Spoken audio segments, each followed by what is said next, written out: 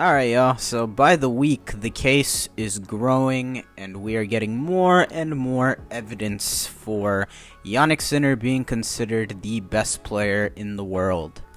This might well be a continuation of my video about the autumn of Sinner and how he closed 2023 so strong. Well, to start 2024, if anything, the momentum has only gathered even more steam with Jannik Sinner, obviously picking up his first Grand Slam title in emphatic fashion down under in Melbourne, handing Novak Djokovic a first ever loss down under when he's reached the semis or final stage of the Australian Open, and then of course following it up in his first ever major final, rallying from 2 sets down against an inspired, albeit weary, Daniil Medvedev. And in doing so, Sinner's put the bow on top of this, pretty much meteoric rise from post-US Open to present day. It's not often that you can take too much stock into post-US Open results. No matter how impressive they've been in the past, pretty much, you've had to take them with, at least a little bit of a grain of salt. And yet, it was Sinner's monstrous fall, not his Masters title, not his first major semifinal at, Canada and Wimbledon respectively over the summer. It was his fall that pretty much, almost unanimously convinced the tennis community that Sinner was in for a big 2024. Even the biggest skeptics of his, at the very least, you could recognize the physical gains at the end of the year, that physically, body-wise, he was ready to come through in a best-of-5 event. Something that wasn't the case prior to that fall of 2023. But as I mentioned to begin this video, this Australian Open run really showed that, Sinner not only took the torch from the end of 2023 and carried his momentum over into the new year, no, he elevated to an even higher level. It is easy to forget how dominant Sinner was through his road to the final. He was broken only 2 times on his way to the final and was just beating down opponents left and right, even an Andrei Rublev, even, to an extent, a Novak Djokovic. Of course, I know how much better Novak can play, and, he was obviously a great deal under par. Anybody could see that watching the match. But nonetheless, Novak Djokovic not producing a single breakpoint look throughout a best-of-5 match. It'd be crazy if the greatest returner of all time didn't break for an entire best-of-5 match, but not even creating one breakpoint look is, that's just insane. And obviously Novak has an aura about him playing in Melbourne. 10-time champion, and this is really the first time he lost not being injured since that 2014 epic quarter against Wawrinka. And as poorly as he played in that semifinal, we've seen Djokovic in this, 30s phase of his career get away with playing poorly. Not that poorly, I don't think, but we've seen countless times the younger guys flinch, at even a subpar Novak Djokovic, be on the cusp of closing him out and not be able to do it and be shook by that. That happened for Sinner in the third set of this match, and he wasn't shook at all. You can only control one side of the net if you're Jannik Sinner, and he pressed every right button. He let Djokovic implode. He never let him get comfortable, and he just competed exceptionally well. He stayed present. That one decisive break in the 4th set, that was from 40 love down. And, as off as Djokovic was, part of that also is, just how formidable, watertight Sinner has become from the baseline. Those are adjectives you use to describe Djokovic most of the time, and why not many people really can have success from Djokovic toe-to-toe from the baseline, and have for the better part of the last decade plus. But here it was Sinner's, ultra consistency that was making the opponent press. And then one discussing the final. The final was really hard to gauge because it's like a tale of 2 halves, really. Opening half, for the better part of the first 2 sets, Daniil Medvedev recognizing the endurance deficit and all the mileage he'd racked up throughout the tournament. 3 5-set matches, 2 of them from 2 sets down. At several points throughout the tournament, looking like he was running on fumes. Recognizing all of that, Daniil Medvedev came out playing, for him, a kamikaze brand of tennis that, was as distant stylistically as I think I've ever seen him produce consistently. Through that stretch where he was up a set and a double break in the second, it seemed like anything Medvedev touched turned to gold.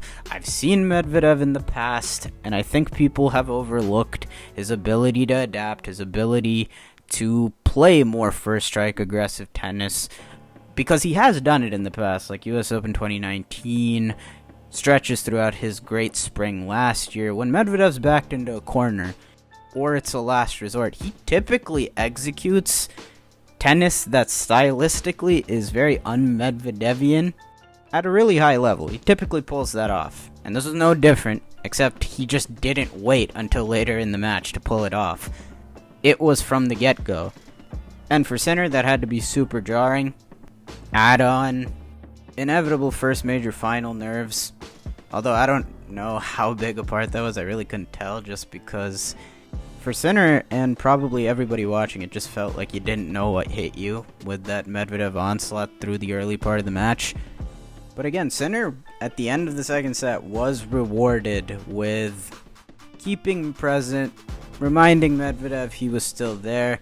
A lot of times you see when you get down a double break and you're able to recover one of those, you feel better going into the next set, and slowly you felt the momentum start to change from really that point on.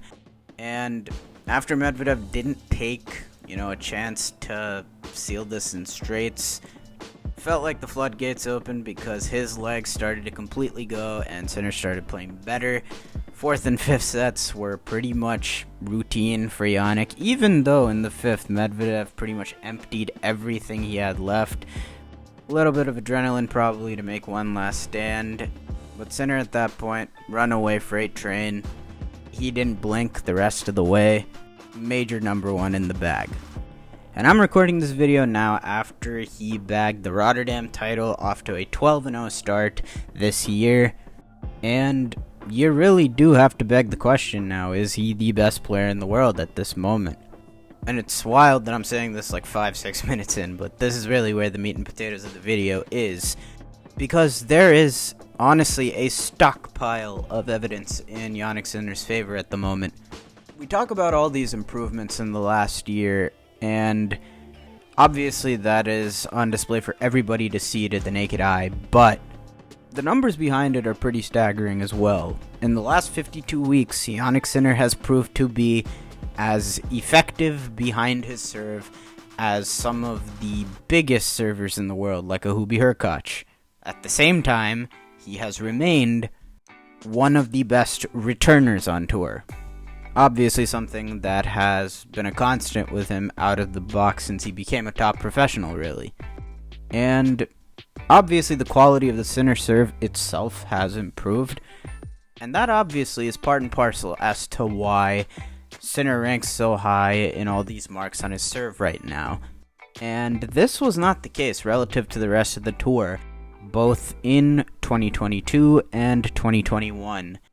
Of course, he remained an excellent returner in both those years.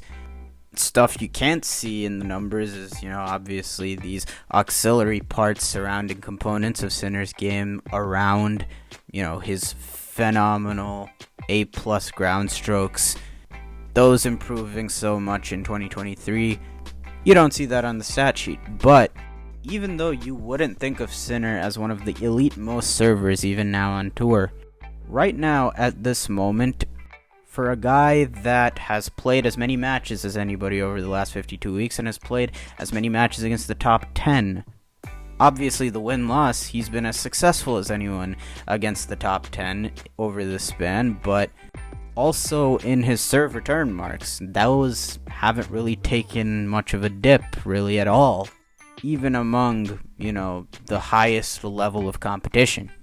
Taking all this into account, he is one of the most effective behind his serve in the world, undeniably at the moment. And even though some of these percentage differences between 2021, 2022, and this current stretch for him may only look like a couple percentage points of a difference, at this topmost level where, you don't typically crush your opponents at the top, those small percentage points can make all the difference in making life easier, pushing someone like Jannik Sinner over the top like this. And it's an underrated part of, this Djokovic 3.0 era, the guy who has held the torch as the best player in the world for most of the last, 5-6 years. Having a massive serve return advantage over pretty much anyone you play, it's been a huge part of his success past 30, because for most of this, advanced age stage in Djokovic's career in tennis years, he's not the baseliner he used to be. He can't grind like he used to for all of 5 sets. He's needed a way to make life easier on himself, via his serve, obviously his variety advantages now. But at the center of it all, he has typically been on top in the serve-return dynamic, even with several matches in his 30s where it might seem like he's being outplayed from the baseline. Just hasn't ended up mattering in the end because he just has an easier passage to winning points by being superior on the serve and return. And those couple percentage point improvements by Jannik Sinner now, he's a guy that, any way you slice it, right now, he is the best combination, effectiveness-wise, of serve and return. And that really seems to be the special sauce right now for all the success he's accumulated as a result on court. And really central to his best player in the world case right now. And so when compared to his contemporaries, obviously beyond these playing dynamics, the record is equally gaudy for Sinner right now. He's currently riding a 15-match win streak going back to the Davis Cup last year. And all in all, since Beijing last year, he is 32-2. With one of those losses being probably Djokovic's best match of a monster 2023 season in the final of Turin. But also in that same vein, he is 8-1 against Djokovic, Medvedev, Alcaraz, his fellow top 4 competitors right now, while also picking up titles in Beijing, Vienna, Davis Cup, the Australian Open, and now Rotterdam. And at the moment, the guy has seemingly forgotten how to lose. Obviously, on the other hand of this coin, I do also feel that there is something to be said about the fact that Novak Djokovic still does hold 2 of the majors and is just coming off a season where he won 4 out of the 5 biggest events in the sport with 3 slams in the tour finals. And, given just how unprecedentedly bad Djokovic was in that Australian Open semifinal, I would like to see them play again, hopefully in one of these Sunshine Double events. But if you think Sinner's the best in the world right now, you're not going to get an argument from me. I feel like it's very much a 1A, 1B right now, and especially when you consider that Sinner has turned around a lot of these troublesome matchups to the point where you don't really feel he has a troublesome matchup anymore. He's always been very comfortable playing Alcaraz. He has now won 3 out of 4 on Djokovic, and 2 of those were in matches that really did mean something for Novak at the Davis Cup and Australian Open. And of course, he just held off Medvedev's huge charge to kind of stem the tide in this rivalry again, one where he had the edge early on, jumped out to a 6-0 lead, but now you see Sinner's won 4 on the trot there as well. So, this unlocked version of Sinner's really just getting started, which is a really scary prospect moving forward. And, even at the end of Wimbledon last year, I could have never foreseen Sinner making this quick a turnaround into becoming this guy. I said that, at the end of my Autumn of Sinner video for his end of 2023 stretch, that, the guy has totally proven me wrong as far as his upside. I've had to totally reevaluate that, from the end of last year. His game is just so damn economical.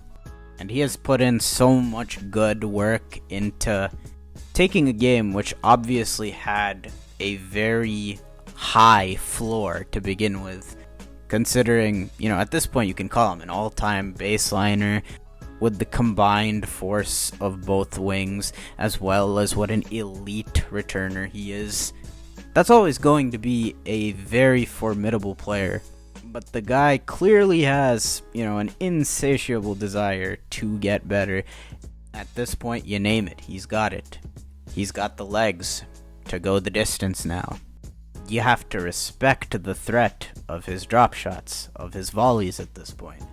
And he's become one of the hardest guys on tour to break. Underrated adaptability, tactical flexibility. It's really all just coming together for Jannik Sinner right now. And right now, it seems like the sky's the limit for him. But thank you so much for watching to this point if you made it this far. Jannik Sinner's doing some crazy things right now, and I have not talked about him since he won the goddamn Australian Open. You would think 3 years into doing this I would have a better, balance of school, life, YouTube, whatnot.